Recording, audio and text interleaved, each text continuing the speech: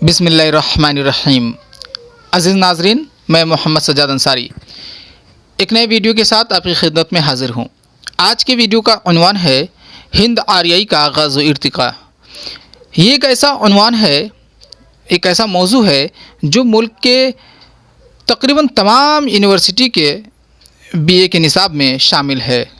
लिहाजा वो तमाम तालिब इल्म जो CBCS पैटर्न के तहत या 1+1+1 के पैटर्न के तहत तालीम हासिल कर रहे हैं, वो सब इस वीडियो से फैज़याब हो सकते हैं। लेकिन सिर्फ इस वीडियो को किसी ख़ास जमात से मैं मखसूस नहीं करना चाहता हूँ। हाँ, जितने भी उर्दू के तालिब इल्म हैं वो सब इस वीडियो को ज़रूर देखें, क्योंकि हमारा जो ताल्लुक़ है वो है उर्दू ज़बान से। उर्दू हमारी मादरी ज़बान है। लिहाजा अगर आप उर्दू की तारीख़ से वाकिफ़ नहीं होंगे तो आपको हर जगह, हर मोड़ पर, हर ज़ाविये से रुसवाई उठाना पड़ेगी। इसीलिए मेरे अज़ीज़ नाज़रीन, आपको ये वीडियो ज़रूर देखना चाहिए, क्योंकि इस वीडियो में आपको 3500 साल पहले ले जा कर के आपको दिखाया जाएगा कि उर्दू का माखिज़ क्या है, उर्दू कहाँ से पैदा हुई। इसीलिए इस वीडियो को ज़रूर देखें।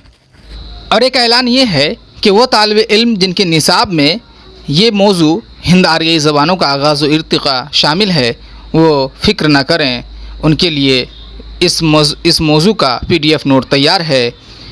रही बात कि आप इस नोट को किस तरह से हासिल कर सकते हैं, तो इसके लिए आप इस वीडियो को देखें। इस वीडियो में आपको बताया जाएगा कि आप इस नोट को किस तरह से हासिल कर सकते हैं। इस वीडियो को मुकम्मल देखने के बाद आप इस काबिल हो जाएंगे कि हिंद आर्याई की तारीफ़ कर सकें, हिंद आर्याई का आगाज़ व इर्तिक़ा पेश कर सकें और उर्दू को एक हिंद आर्याई ज़बान के तौर पर पेश कर सकें। लिहाजा वीडियो को मुकम्मल देखें। इस वीडियो के ज़रिए आज मैं आपको 3500 साल पीछे का सफ़र कराऊंगा। आप घबराएं नहीं, वापस भी आपको मैं लाऊंगा और आपको 3500 साल पीछे ले जाने के बाद ये दिखाऊंगा कि उर्दू का माखिज़ क्या है और उर्दू की इब्तिदा किस तरह से हुई। लिहाजा इस वीडियो को मुकम्मल देखें। इंशाल्लाह आइंदा 1 घंटे में हम लोग 3500 साल का सफ़र तय कर लेंगे। चलिए तो आगाज़ करते हैं इस सफ़र का। दुनिया के मुख्तलिफ़ इलाक़ों में मुख्तलिफ़ बोलियाँ और ज़बानें बोली जाती हैं। बोली और ज़बान में बुनियादी फ़र्क ये है कि बोली का कोई अपना रस्मुल ख़त नहीं होता है। रस्मुल ख़त कहते हैं जिसके ज़रिए हम लोग लिख पाते हैं, तो अपना रस्मुल ख़त बोली के पास नहीं होता है, जबकि ज़बान के पास ये होता है। यानी बोली में तस्नीफ़ का जो अमल है वो नहीं होता, तख्लीक़ का अमल नहीं होता है। जैसे उर्दू का रस्मुल ख़त है अलिफ बे पे, ये सब। हिंदी का ओ आ को खो, ये सब। अंग्रेज़ी का ABCD, तो ये रस्मुल ख़त है। तो लेकिन बोलियों के पास रस्मुल ख़त नहीं होता।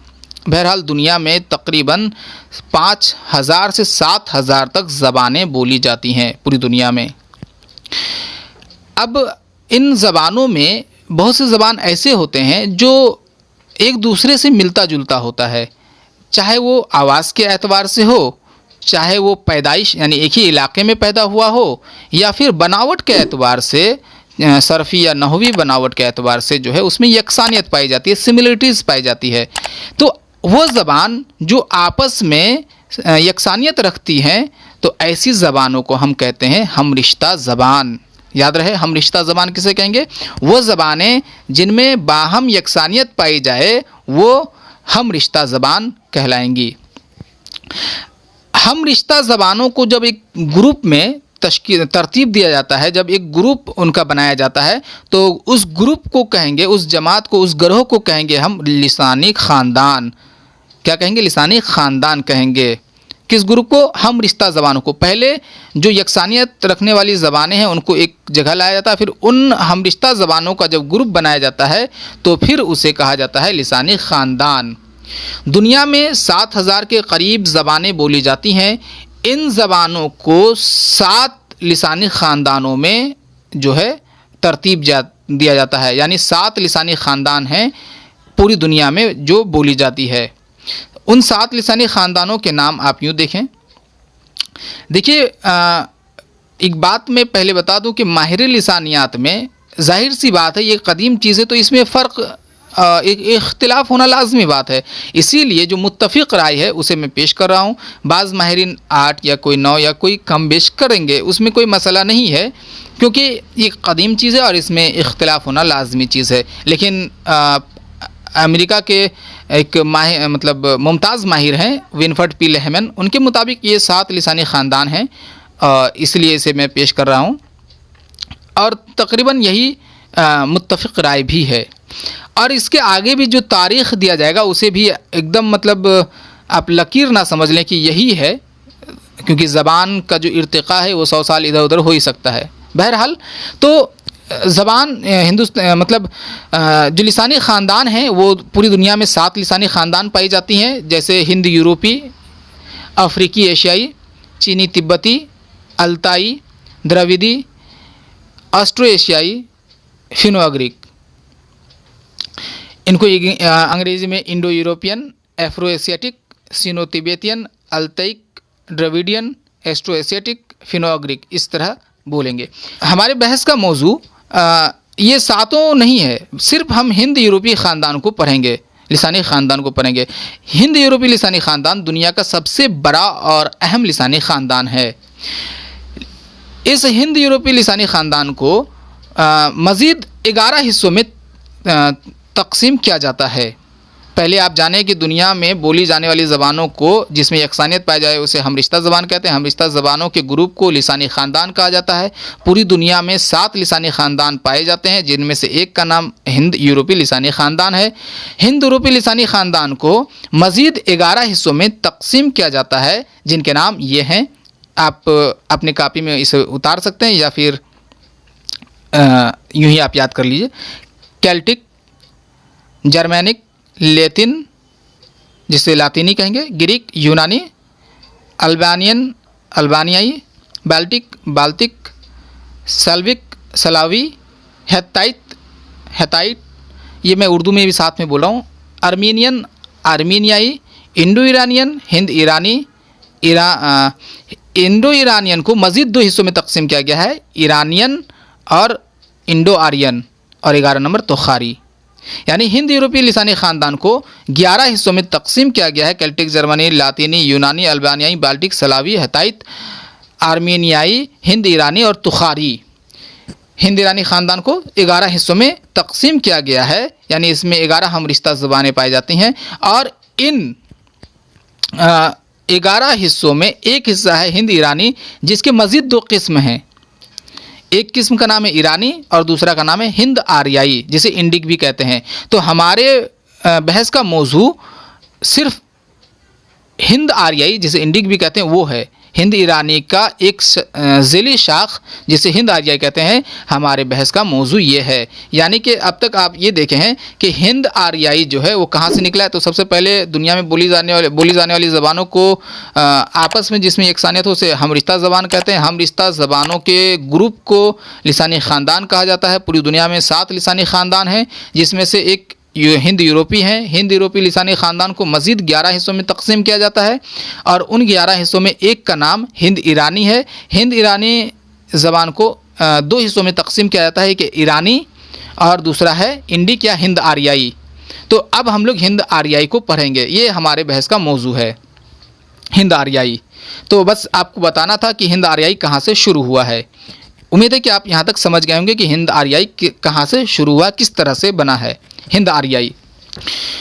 हिंद आर्याई किस तरह से वजूद में आता है, इसका पश मंज़र आप अभी देखेंगे कि इंडिक या हिंद आर्याई हिंद यूरोपी लिसानी ख़ानदान की एक निहायत अहम शाख है, जिसका इर्तिक़ा हिंदुस्तान में होता है। इसमें शामिल ज़बानें पूरे शुमाली हिंदुस्तान में, मग़रिब ता मशरिक़ नीज़ जुनूबी हिंद के बाज़ इलाक़ों में बोली जाती हैं। इसके अलावा पाकिस्तान, बांग्लादेश, श्रीलंका और नेपाल में भी हिंद आर्याई ज़बानों का चलन है। हिंद आर्याई के बोलने वाले आर्या कौम के लोग हैं, जिनकी तारीख़ 3500 साल पुरानी है। उर्दू ज़बान का ताल्लुक़ इसी हिंद आर्याई ख़ानदान से है। जब हम तारीख़ को पढ़ते हैं तो हमें पता चलता है कि आर्या हिंदुस्तान के मुस्तक़िल बाशिंदे नहीं थे, बल्कि वो वस्त एशिया से नक़ल मकानी करके ईरान पहुँचते हैं। वो लोग अपने इलाके को वस्त एशिया में वो लोग पहले वो दोबास अख्तियार करते हैं। फिर वहाँ से वो लोग 3500 कब्ल मसीह से 3500 कब्ल मसीह के आसपास वो लोग अपने इलाके को छोड़ करके ईरान में पहुँचते हैं, और ईरान में पहुँचते हैं वो लोग 2500 कब्ल मसीह में। 2500 कब्ल मसीह में जब वो लोग ईरान में पहुँचते तो वहाँ पे 1000 साल रहने के बाद वहाँ से भी वो लोग नकल मकानी करते हैं, और फिर 1500 कब्ल मसीह में वो लोग हिंदुस्तान के शुमाल मगरबी ख़ित्ते में यानी पंजाब में आ जाते हैं, दाखिल हो जाते हैं। यानी आज से 3500 साल कब्ल जो है आर्यों का हिंदुस्तान में दाखिला होता है। चूँकि वो लोग 1000 साल ईरान में, करीब 1000 साल ईरान में रहते हैं, इसीलिए उनकी ज़बान पर ईरानी ज़बानों का जो है गहरा असर दिखता है। एक बात आप ये भी जानें कि हिंदुस्तान में जो आर्य दाखिल हुए तो वो एक साथ दाखिल नहीं हुए थे, बल्कि वो मुख्तलिफ छोटे छोटे या बड़े बड़े जत्थों की शक्ल में दाखिल हो रहे थे, आहिस्ता आहिस्ता। और जब हिंदुस्तान में वो लोग दाखिल हो रहे थे तो जाहिर सी बात है हिंदुस्तान के जो कदीम बाशिंदे थे, जैसे कि नेग्रिटो या एस्ट्रोएशियाटिक या फिर द्रविडियन, इन लोगों के साथ उन लोगों का जाहिर सी बात है झगड़ा होगा। तो ये लोग आपस में लड़ते झगड़ते थे, और फिर चूँकि आर्या जो थे वो काफ़ी ताकतवर और ज़हीन थे, तो वह लोग द्रविडियों को हरा देते हैं और फिर जुनूब की तरफ उन्हें ढकेल देते हैं।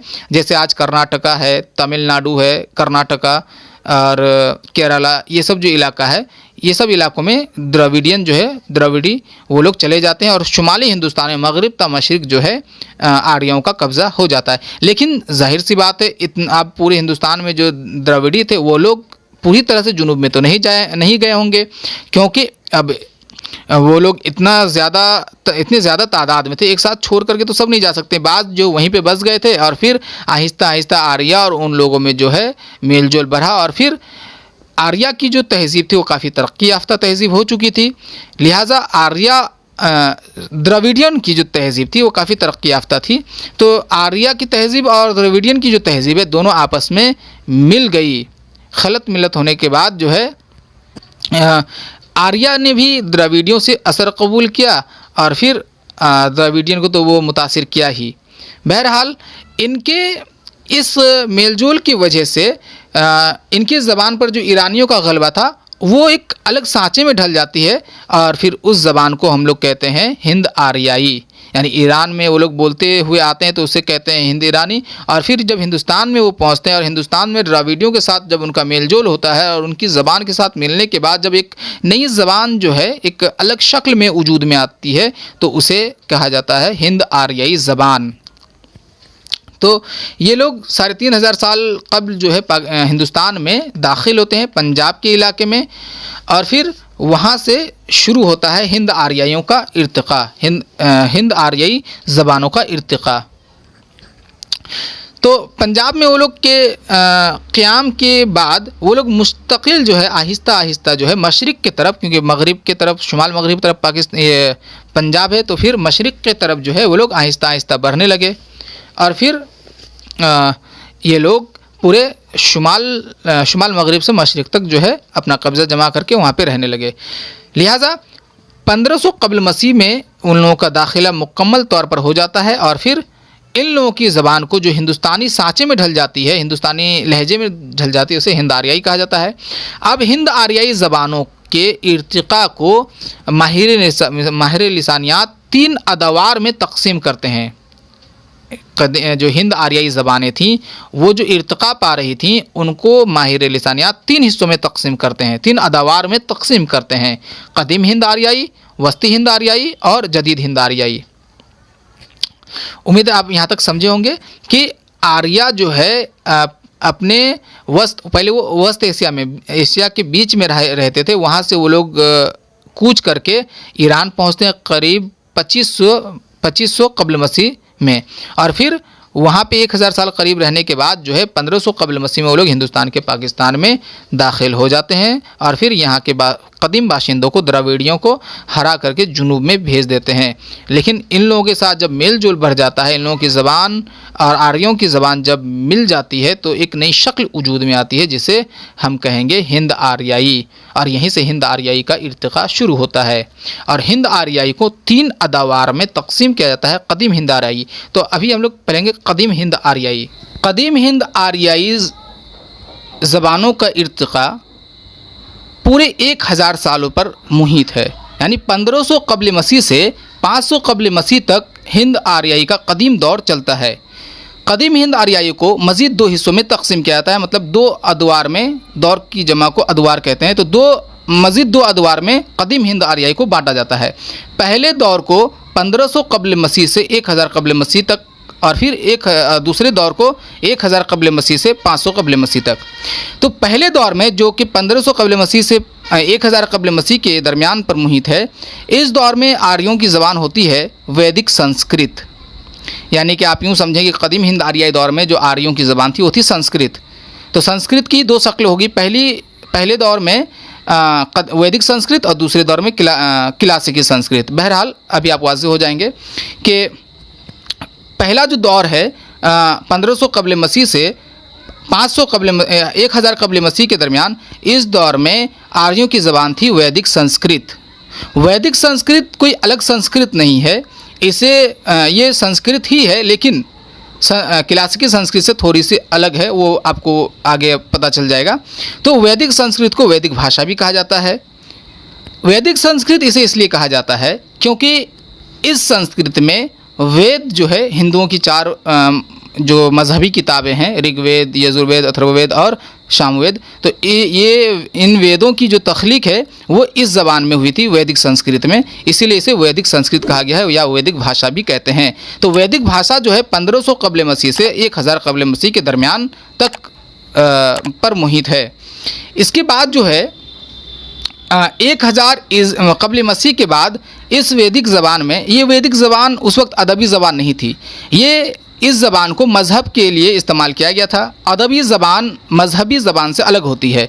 अदबी ज़बान जो है वो काफ़ी मुरस्सा होती है, काफ़ी उसमें बनाव सिंगार होती है, और इसके साथ जो है कवायद जो है, ग्रामर, इसका भी ख़ास ख्याल रखा जाता है अदबी ज़बान में। तो वैदिक संस्कृत जो है अदबी ज़बान नहीं थी। 1000 कब्ल मसीह के बाद जो है यही वैदिक संस्कृत, जब इसमें अदब तख्लीक होने लगती है, अदबी फनपारे वजूद में आने लगते हैं, तो फिर इसे कहा जाता है क्लासिकी संस्कृत। मसलन महाभारत और रामायण जैसी तसानीफ़, जिन्हें बिला तामुल आलमी अदब के मुकाबले में पेश किया जा सकता है, क्लासिकी संस्कृत में ही तख्लीक की गईं। क्लासिकी संस्कृत को आम इस्तिलाह में महज संस्कृत कहते हैं। कभी कभी वैदिक संस्कृत और क्लासिकी संस्कृत दोनों को मिलाकर के संस्कृत कहा जाता है।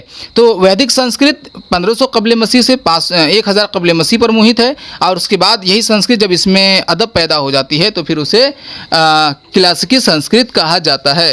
क्लासिकी संस्कृत और वैदिक संस्कृत दोनों मिलाकर के 1000 सालों तक इर्तिका पाती हैं। लेकिन हिंदुस्तान उस वक्त काफ़ी बड़ा मुल्क था, क्योंकि उसमें पाकिस्तान, बांग्लादेश वगैरह, अफ़गानिस्तान के कुछ इलाके भी शामिल थे। इतने बड़े इलाके में सिर्फ संस्कृत बोली जाए, ये जो है ये बात समझ से परे है। लिहाजा जब आर्या कौम शुमाल मगरिब से मशरिक़ के जानिब कदम बढ़ाने लगे, तो फिर इनकी ज़बान जो है बिला तामुल बिगड़ने लगी। जो अवाम में इनका तलफ़ुज़ जो है वो बिगड़ने लगता है। जैसे क्लासिकी संस्कृत के ज़माने में जब ये संस्कृत काफ़ी मुरस्सा और सख्त हो जाती है, और इसी ज़माने में जो है पाणिनि भी वजूद में आ जाते हैं। पाणिनि जो है वो एक ऐसे कवायद नवेस हैं जिसे दुनिया का सबसे अजीम और पहला माहिर सौतियात और कवायद नवेस तस्लीम किया जाता है। इन्होंने 8 अध्याय लिख करके संस्कृत ज़बान की, मतलब ये 8 अध्याय जो है वो संस्कृत ज़बान की कवायद हैं, जो चूँकि वो 8 अबवाब पर मुश्तमिल है, इसलिए इसे 8 अध्याय कहते हैं। लिहाजा ये पाणिनि को महसूस हो चुका था कि संस्कृत ज़बान में तब्दीली, ये जो तलफ़ुज़ में या फिर ये उसकी बनावट में जो तब्दीली पैदा हो रही है, ये पाणिनि महसूस कर चुके थे। लिहाजा इन्होंने कवायद लिखा, लेकिन वो संस्कृत में जो तब्दीली रौनमा हो रही थी इसे रोक ना पाए, और क्लासिकी संस्कृत के ज़माने में ही संस्कृत की 3 इलाकाई बोलियां वजूद में आ चुकी थीं। जब क्लासिकी संस्कृत का इर्तिका हो रहा था, उसी वक्त 3 इलाकाई बोलियां और भी वजूद में आ जाती हैं, जिससे अवाम बोलते हैं। लेकिन बाज़ उलमा के नज़दीक 4 है। बहरहाल ये मुत्तफ़िक राय है कि 3 बोलियाँ वजूद में आती हैं। जैसे आज आप देखिए, आज हमारी ज़बान उर्दू है। अगर आप अभी भी दक्कनी उर्दू और कश्मीरी उर्दू, इसके साथ ही अगर आप लखनवी उर्दू को भी सुनेंगे तो आपको नुमाया फ़र्क महसूस होगा। उसी तरह से जो संस्कृत शुमाल मगरबी ख़ित्ते में बोली जा रही थी उसे उदीचिया कहा गया। शुमाल मगरबी ख़ित्ते में जो संस्कृत बोली जा रही थी उसमें क्या था कि रे और लाम की जगह सिर्फ रे की आवाज़ पाई जाती थी, और इसे इस बोली को इस तलफ़ुज़ को काफ़ी मियारी समझा जाता था। उदीचिया जो शुमाल मगरबी ख़ित्ते में बोली जाती थी, यानी पंजाब, सिंध वगैरह के इलाके में। और दूसरी बोली थी प्राचिया, जो कि मशरिक़ में इनका चलन था। मशरिक़ जैसे बिहार, बंगाल, उड़ीसा, मशरिक़ी उत्तर प्रदेश, इन इलाक़ों में प्राचिया नामी मतलब संस्कृत में क्या होता है, इसमें संस्कृत के तलफ़ुज़ में रे और लाम दोनों के लिए ये लोग सिर्फ लाम इस्तेमाल में लाते थे। जैसे अगर राजा लफ्ज़ है उदीचिया में तो ये लोग लाजा करके बोलेंगे। बहरहाल तो मशरिक़ में जो अवाम थे वो संस्कृत के रे और लाम दोनों के लिए सिर्फ लाम का इस्तेमाल करते थे। ये मशरिक़ में रहने वाले ऐसा कर रहे थे। तो मगरिब के जो आर्य थे वो इन्हें भूत प्रेत के नाम से पुकारते थे, क्योंकि ये तलफ़ुज़ जो काफ़ी नीचा घटिया तलफ़ुज़ समझा जाता था उस वक्त। हिगारत के नज़र से देखते थे वो लोग। और उसके बाद एक तो हो गया उदीचिया जो शुमाल मगरबी ख़ित्ते में है, और दूसरा मशरिक़ी ख़ित्ते में है। और एक बोली जो थी वो थी वस्ती हिंदुस्तान की बोली, जिसे मध्य देशा कहा गया। मध्य देशा से मुराद मध्य देश की बोली नहीं है। उस वक्त जैसे दिल्ली और उसके आसपास के इलाके जैसे अम्बाला, मुरादाबाद, मेरठ वग़ैरह मध्य देश के कुछ इलाके, तो इन इलाक़ों में जो बोली बोली जाती थी वो थी मध्य देशा। मध्य देशा जो है उसमें लाम और रे दोनों की आवाज़ मौजूद थी।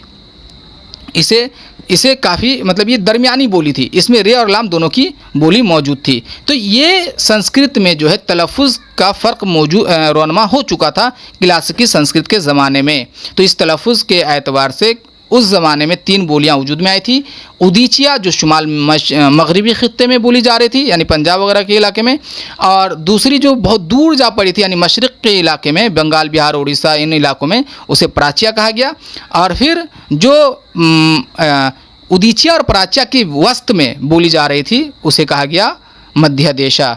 इन बोलियों को आप बस यूँ ही याद रखें, क्योंकि ये संस्कृत में जो है तब्दीली रौनमा हो रही थी। ये लिसानियात का आम उसूल है कि जब ज़बान अदबी हो जाए और उसे क़वायद के ज़ंजीरों में जकड़ दी जाए तो अवाम में एक नई बोली वजूद में आ जाती है। यही हाल हुआ था संस्कृत के साथ। संस्कृत को जब क़वायद के ज़ंजीरों में जकड़ दिया गया तो फिर अवाम में इसके मुकाबले में एक आसान और फितरी ज़बान इस्तेमाल किया जाने लगा, जिससे फिर कहा गया प्राकृत।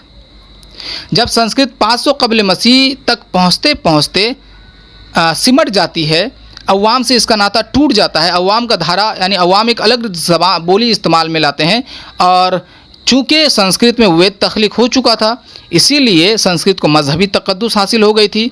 लिहाजा संस्कृत को सिर्फ आला तबके ही इस्तेमाल में ला रहे थे, और अवामी तबका जो था वो एक दूसरी बोली इस्तेमाल में लाने लगे थे, यानी संस्कृत की तलफ़ुज़ को बिगाड़ करके इस्तेमाल में लाने लगे थे। और पाणिनि ने अष्ट अध्याय लिख करके संस्कृत को जकड़ दिया था, काफ़ी उसको मतलब सख्ती से इस पर अमल करने लगा। इसी वजह से ज़बान में जब सख्ती के साथ बर्ताव किया जाता है, अमल किया जाता है, तो फिर ज़बान जो है सिमट जाती है। और 500 क़ब्ल मसीह तक पहुँचते पहुँचते संस्कृत ज़बान जो है अपनी मौत आप मर जाती है, यानी ख़त्म हो जाती है, सिमट कर रह जाती है। सिर्फ जो तबका अशराफियाँ हैं, जो ख़ास तबका है, वही सिर्फ इस्तेमाल में लाते हैं संस्कृत को। और अवाम जो काफ़ी बड़ी तादाद में थी वो एक नई बोली बोलने लगे थे, और वो जो थोड़ी जो तलफ़ुज़ में फ़र्क थी जैसे रे, लाम वगैरह वगैरह, ये 500 क़ब्ल मसीह के बाद एक नई बोली के शक्ल में वजूद में आ जाती है। तो 500 क़ब्ल मसीह तक पहुँचते पहुँचते संस्कृत ख़त्म हो जाती है, और संस्कृत के ख़ात्मे के साथ ही कदीम हिंद आर्य दौर भी ख़त्म हो जाती है। और कदीम हिंद आर्य दौर 500 क़ब्ल मसीह पर ख़त्म होने के बाद यहाँ से शुरू होता है वस्ती हिंद आर्याई दौर।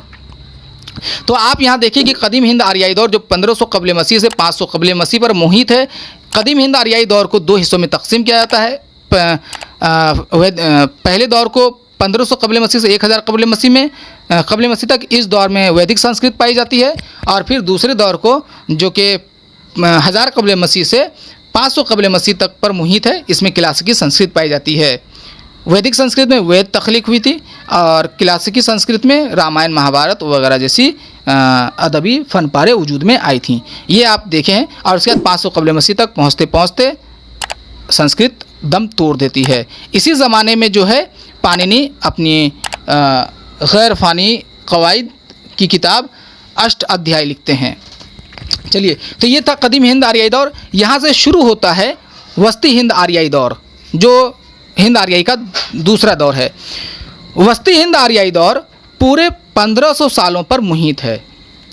जिस तरह कदीम हिंद आर्याई दौर जो है वो 1000 सालों तक पर मुहित थी, और अब जो है वस्ती हिंद आर्याई दौर ये 1500 सालों पर मुहित है।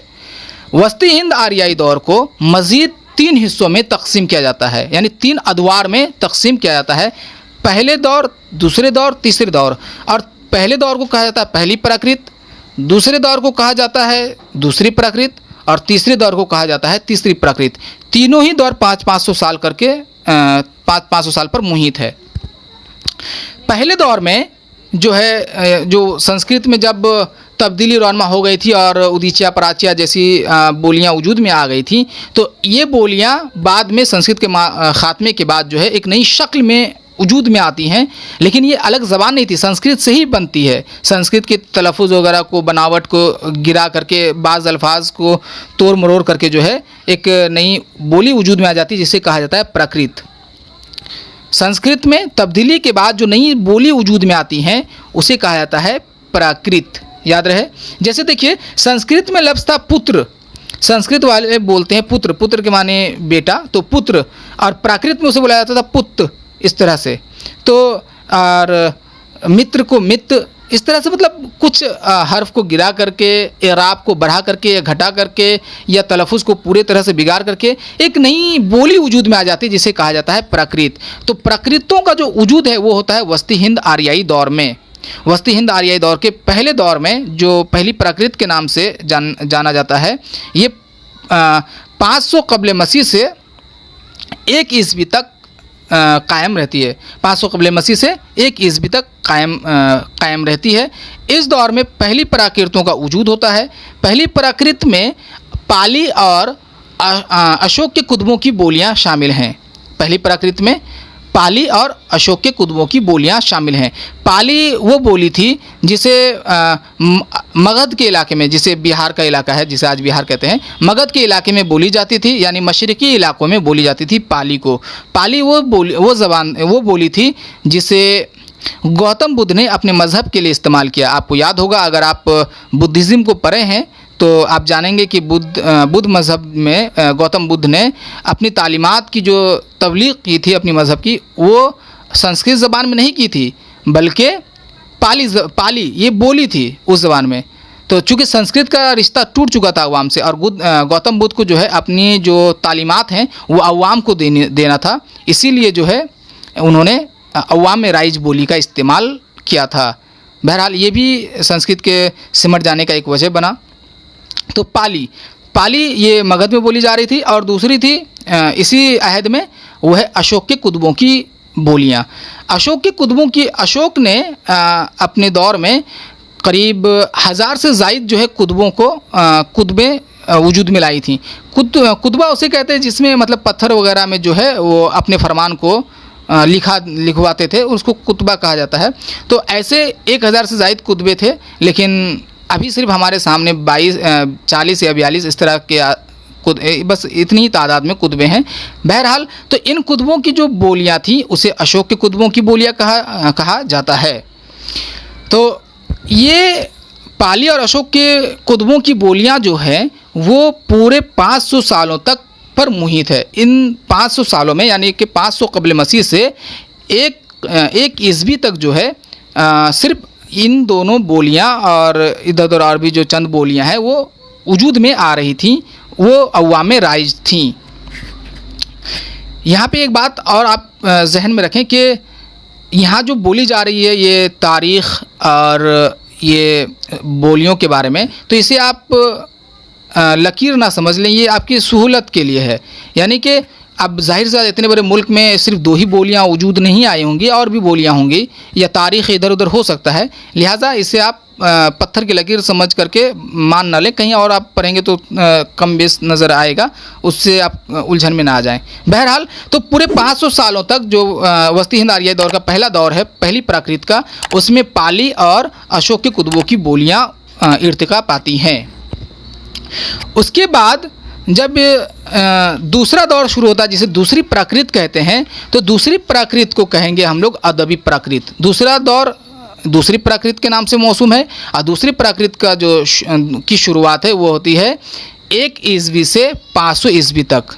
1 ईस्वी से 500 ईस्वी तक दूसरी प्राकृतों का इर्तिका अमल में आता है। दूसरी प्राकृत क्या है? जिस तरह से कदीम हिंद आर्याई दौर में पहले थी वैदिक संस्कृत, फिर उसमें जब अदबी तसानीफ़ का सिलसिला शुरू हुआ तो उसे कहा गया क्लासिकी संस्कृत।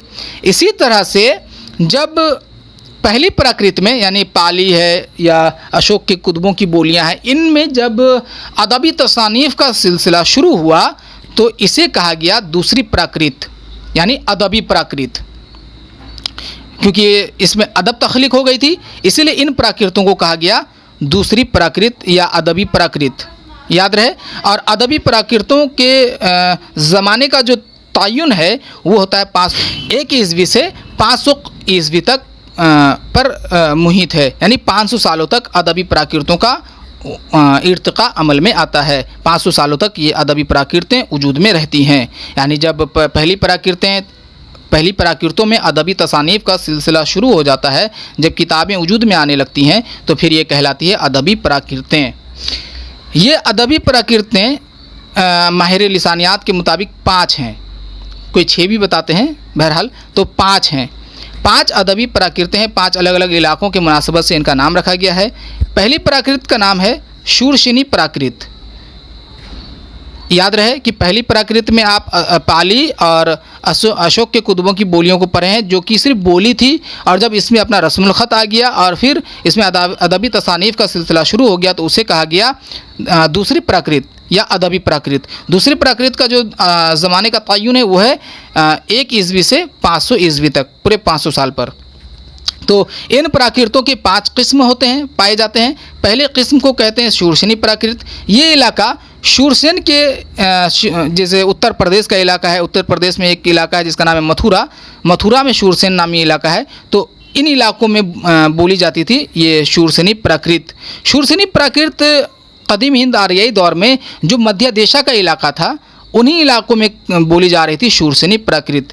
इसीलिए ये ज़बान जो है काफ़ी आसान, क्योंकि इसमें रे लाम जो आवाज़ें, सब आवाज़ें इसमें पाई जाती थी, इसीलिए ये जो है काफ़ी अच्छी ज़बान थी। तो शूरसेनी प्राकृत जो है यानी मिडलैंड, यानी वस्ती हिंदुस्तान में, जैसे मेरठ, दिल्ली वगैरह, इन इलाकों में बोली जा रही थी शूरसेनी प्राकृत। दूसरी प्राकृत है मागधी प्राकृत। मागधी प्राकृत वही इलाका है जो कदीम हिंद आर्याई दौर में प्राचिया का इलाका था, यानी मगरबी बंगाल माजरत चाहते हैं, सिर्फ बंगाल, मगरबी बंगाल तो अभी बना है, तो बंगाल, बिहार, उड़ीसा, मशरक़ी उत्तर प्रदेश, इन इलाकों में जो बोली जाती थी, जिसमें सिर्फ रे और लाम के लिए लाम की आवाज़ थी, तो उन इलाकों में बोली जाती थी मागधी। इसीलिए इसमें जो है इसे भी हिकारत की नज़र से गैर मुहज़्ज़ब माना जाता था इस प्राकृत को। उसके बाद तीसरी प्राकृत है अर्ध मागधी। इसे उर्द मागधी भी पढ़ते हैं, कोई मसला नहीं है। तो अर्ध मागधी प्राकृत जो है वो बोली जा रही थी शूरसेनी प्राकृत और मागधी प्राकृत के दरमियान।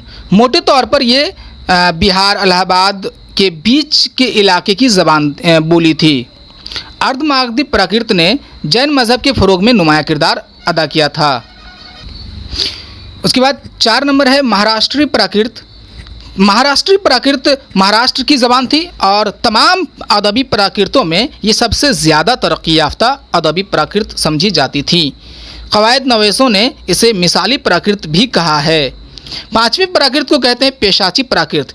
पेशाची या पशाची दोनों तरह से इसे अदा किया जाता है, कोई मसला नहीं, आप पेशाची बोले या पशाची बोलें। तो पशाची प्राकृत जो है वो पंजाब और कश्मीर में बोली जाती थी। तो इस तरह से आप देखे हैं कि 5 प्राकृतें 1 ईस्वी से 500 ईस्वी के दरमियान वजूद में आती हैं और तरक्की करती हैं और फिर सिमट भी जाती हैं। इन 500 ईस्वी में 500 सालों में ये 5 प्राकृतें जो है वजूद में रहती हैं। इन प्राकृतों को जो 1 ईस्वी से 500 ईस्वी तक पर मुहित है, इन्हें अदबी प्राकृत कहा जाता है। तो फिर क्या होता है इसके बाद, जब संस्कृत अदबी हो जाती है तो फिर अदबी होने के बाद अवाम से उनका रिश्ता नाता टूट जाता है और अवाम संस्कृत के जगह एक आसान और आम फहम बोली को इस्तेमाल में लाते हैं और संस्कृत सिमट जाती है। यही हाल अदबी प्राकृतों के साथ भी होता है। जब ये बोली थी तो उसे पहली प्राकृत कहा गया, इसमें जब अदबी तसनीफ़ का सिलसिला शुरू हुआ तो उसे अदबी प्राकृत कहा गया और फिर जब ये अदबी हो गई, काफ़ी मुरस्सा हो गई, काफ़ी सख्त हो गई, क़वायदों की जंजीरों में जकड़ गई, तो फिर इसके जगह अवाम ने एक आम फहम और आसान बोली इस्तेमाल में लाई जिसे कहा गया अपभ्रंश। इसे अपभ्रंश भी कहते हैं, कोई मसला नहीं है, अपभ्रंश।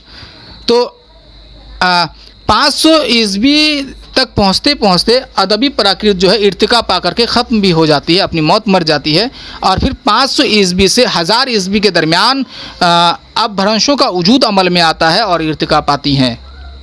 याद रहे, जिस तरह से सबसे पहले वैदिक संस्कृत जब अदबी होती है तो बनता है क्लासिकी संस्कृत से अवाम एक आसान बोली निकालते हैं जिसे कहा जाता है प्राकृत।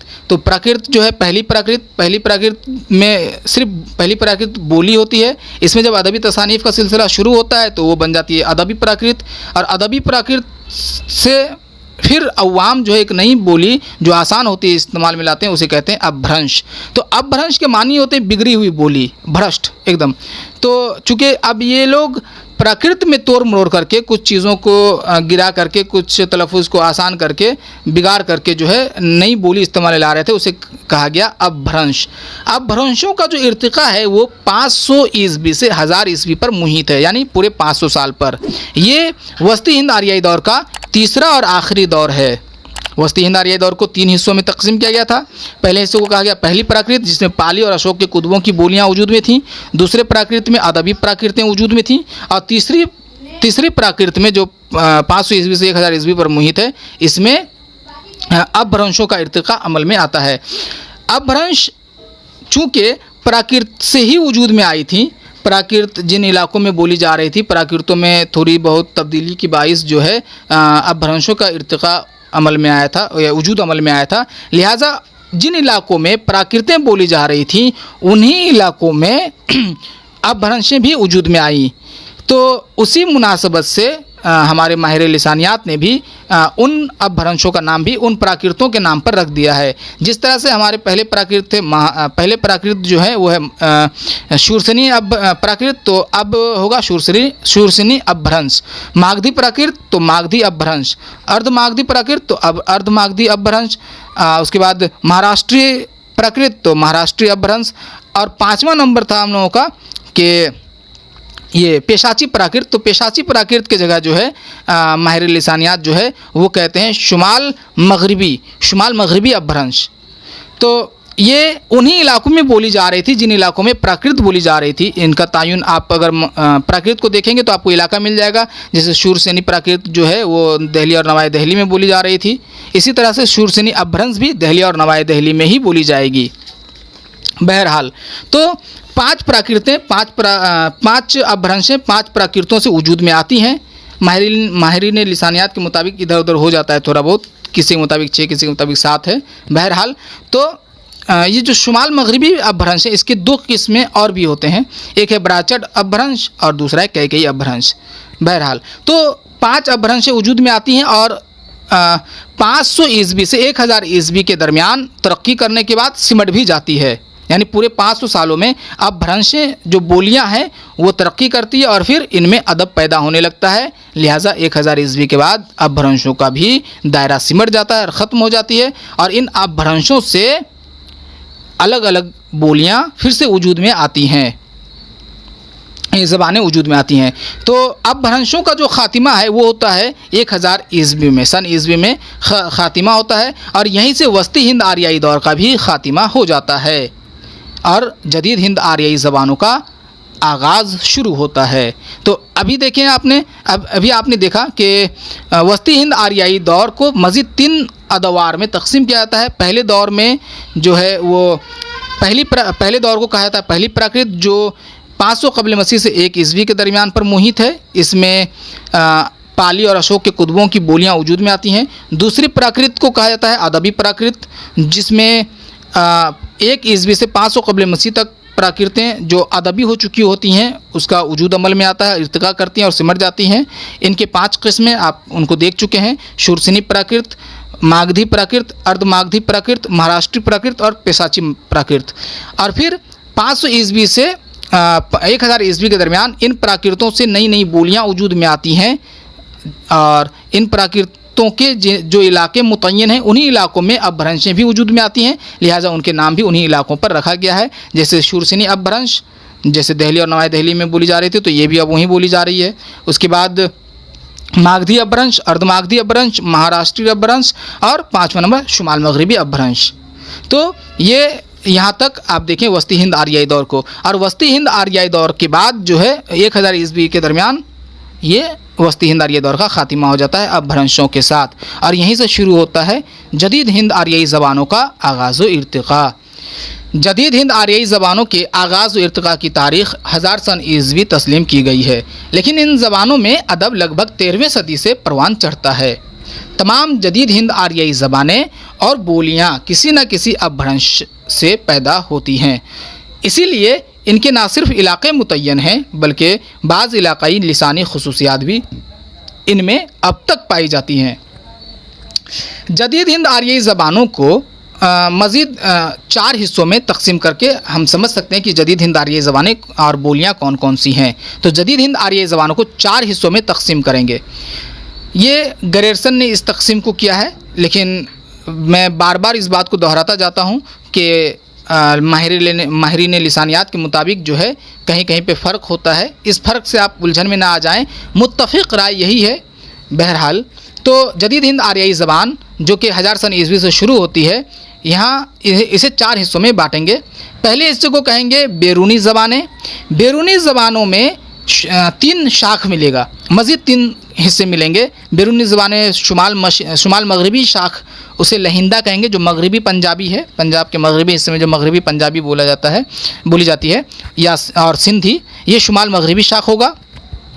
दूसरे हिस्से को जुनूबी शाख कहेंगे, मराठी। और तीसरा हिस्सा है मशरिक़ी शाख, जिसमें असामी, बंगाली, उड़िया, बिहारी बोलियाँ जैसे मैथिली, मगही, भोजपुरी वगैरह शामिल हैं। और इसका दूसरा हिस्सा जदीद हिंद आर्याई ज़बानों का जो दूसरा हिस्सा है वो है वस्ती ज़बानें। वस्ती ज़बानों में पहला शाख है मशरिक़ी हिंदी, जैसे अवधी, बघीली, छत्तीसगढ़ी, ये वस्ती ज़बानें हैं। और उसके बाद अंदरूनी ज़बानें, ये हमारे काम का है, बेहद काम का है। अंदरूनी ज़बानें ये तीसरा हिस्सा है जदीद हिंद आर्याई ज़बानों का। इसमें 6 मज़ीद हिस्से हैं। पहले हिस्से को कहा जाता है मगरबी हिंदी। मगरबी हिंदी जो है ये उन्हीं इलाकों की बोली थी जहाँ पे अपभ्रंश, शूरसेनी प्राकृत, शूरसेनी अपभ्रंश वगैरह बोली जा रही थी। मगरबी हिंदी में 5 बोलियाँ हैं, जैसे खड़ी बोली, हरियाणवी, ब्रिज भाषा, बुंदेली और कन्नौजी।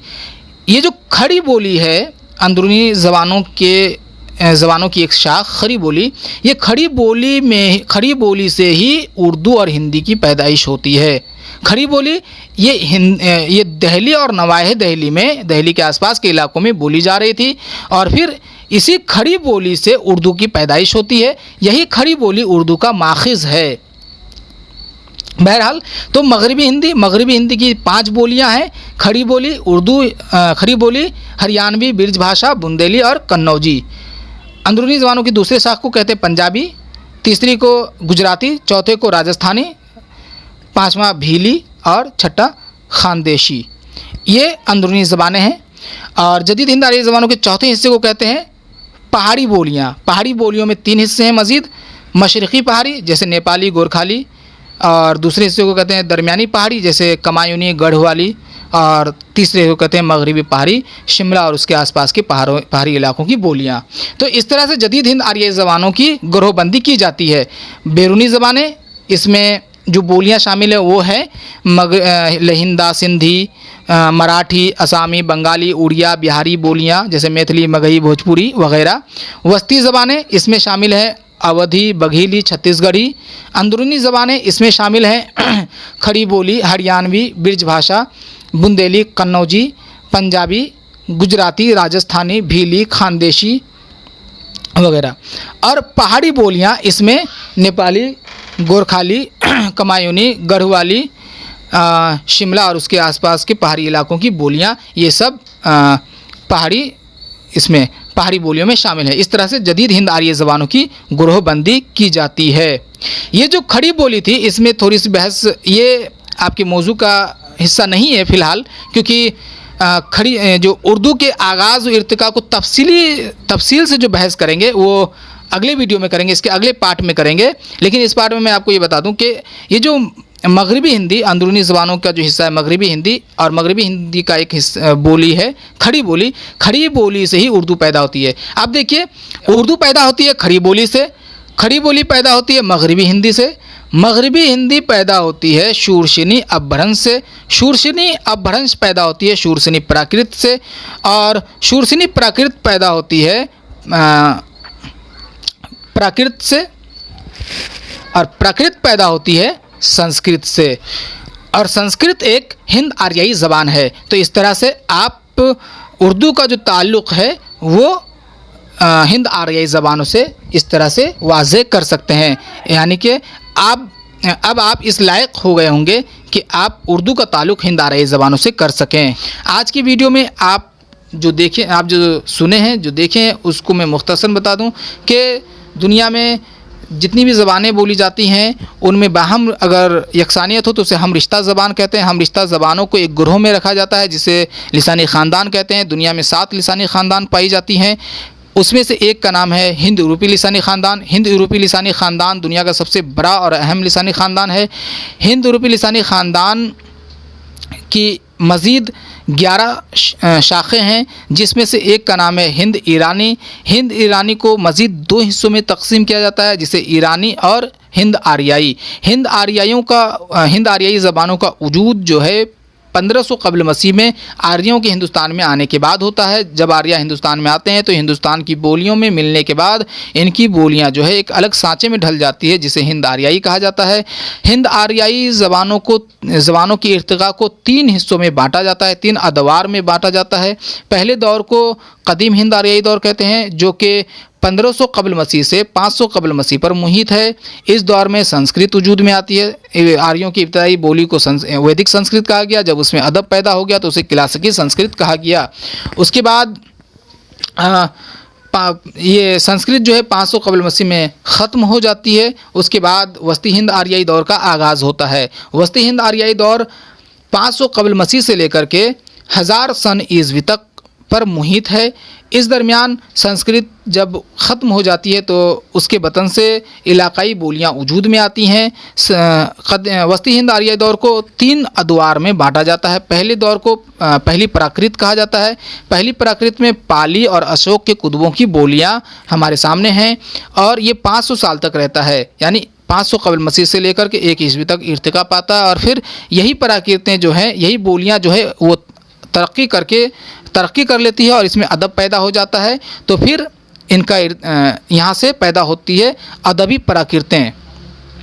1 ईस्वी से लेकर के 500 ईस्वी तक अदबी प्राकृतों का दौर रहता है, ये तरक्की करती है। और फिर जब ये अदबी बन जाती है ये प्राकृतें, तो फिर इनका रिश्ता अवाम से टूट जाता है और फिर अवाम में एक अलग बोली वजूद में आ जाती है। प्राकृतों की 5 किस्में बताई गई हैं और उन्हीं इलाकों में जो है प्राकृतों की जगह अपभ्रंश वजूद में आ जाती है। और अपभ्रंश जो है 500 ईस्वी से लेकर के 1000 ईस्वी तक इर्तिका पाती है और फिर 1000 ईस्वी में अपभ्रंशों का इर्तिका रुक जाता है और फिर अपभ्रंश अपनी मौत आप मर जाती है। यहीं से वस्ती हिंद आर्याई दौर का ख़ात्मा होता है और यहीं से जदीद हिंद आर्याई दौर शुरू होती है। जदीद हिंद आर्याई दौर में जो ज़बानें हैं, जो आज हम उर्दू बोल रहे, ये सब जदीद हिंद आर्याई ज़बानें हैं। हिंदुस्तान की तकरीबन ज़बानें सब जदीद हिंद आर्याई ज़बानें हैं, जिसको हम लोग 4 खानों में तकसीम करते हैं, बैरूनी ज़बानें, अंदरूनी ज़बानें, वस्ती ज़बानें और पहाड़ी ज़बानें। और फिर इन बोलियों को हम लोग मज़ीद शाखों में तकसीम करते हैं। अंदरूनी ज़बान में हम लोगों का मगरबी हिंदी है। मगरबी हिंदी में एक बोली थी खड़ी बोली, खड़ी बोली से हमारी उर्दू की पैदाइश होती है। तो ये आज की वीडियो में हम लोग देखे हैं कि हिंद आर्याई क्या है, हिंद आर्याई की तारीफ़ और हिंद आर्याई का आगाज़ व इर्तिका को हम लोग देखे हैं। उम्मीद है कि आप इस वीडियो से फैज़याब हुए होंगे। अगले वीडियो में आपको ये बताया जाएगा कि किस तरह से उर्दू वजूद में आई, उर्दू क्या है और उर्दू को किस तरह से तरक्की मिली। इन सब चीज़ों को अगली वीडियो में देखेंगे। और अगली वीडियो में ये भी बताया जाएगा कि खड़ी बोली की जो 2 ज़बानें हैं, उर्दू और हिंदी, इन दोनों में क्या फ़र्क है और उर्दू क्या है, हिंदी क्या है, इन सबको अगली वीडियो में बताया जाएगा। मज़ीद मालूमात के लिए मैं आपको चंद किताबों के नाम बता देता हूँ जिसके मुताले से आपके इल्म में बेशबहा इजाफ़ा होगा। चूँकि मैंने इस मौजू को मुख्तसरन पेश किया है, लिहाजा इस मौजू के बारीकियों से वाकिफ़ होने के लिए आप इन किताबों का मुताला एक बार ज़रूर करें। यूँ तो इस मौजू पर बहुत सी किताबें मौजूद हैं, लेकिन ये 3 किताब जो मैं आपको बताऊंगा, ये तीनों काफ़ी ज़्यादा सूदमंद साबित होगा, इसलिए इन किताबों का मुताला कम से कम एक बार ज़रूर करें। पहली किताब है मुक़दमा तारीख़ ज़बान उर्दू। ये जो मुक़दमा तारीख़ ज़बान उर्दू है, ये डॉक्टर मसूद हुसैन ख़ान की किताब है, इसे पढ़ें। दूसरी किताब तारीख़ अदब उर्दू, जिल्द अव्वल को पढ़ना है, ये ज्ञानचंद जैन की किताब है। और तीसरी किताब उर्दू की लिसानी तश्कील, ये मिर्ज़ा खलील अहमद बेग की किताब है। आप इन किताबों का मुताला ज़रूर करें। इन किताबों के मुताले से आपके इल्म में बेशबहा इजाफ़ा होगा इंशाअल्लाह। वह तालिब इल्म जो इस वीडियो का PDF नोट चाहते हैं वो मेरे कॉन्टेक्ट नंबर पर रब्ता कर सकते हैं, अभी आपकी स्क्रीन पर शो कर रहा है, या आप कमेंट बॉक्स में फरमाइश करें, इंशाअल्लाह आपको नोट फराहम किया जाएगा। नोट को लेकर के आप फ़िक्र ना करें, आपकी फ़िक्र मेरी फ़िक्र है। अगर आपको ये वीडियो पसंद आता है तो वीडियो को लाइक करें और वीडियो के हवाले से अपनी कीमती राय का इज़हार कमेंट बॉक्स में ज़रूर करें। अगर आपको ऐसा लगे कि इस वीडियो से आपके दोस्त व अहबाब भी फैज़याब हो सकते हैं तो उन तक इस वीडियो को पहुंचाएं ताकि वो भी इससे मुस्तफ़ीज़ हो सके। अगर आपको कहीं मेरी गलती दिखी हो तो उसकी निशानदेही करें ताकि शुक्रिया के साथ उसे मैं दुरुस्त कर लूँ। अब इजाज़त दीजिए, अल्लाह हाफिज़।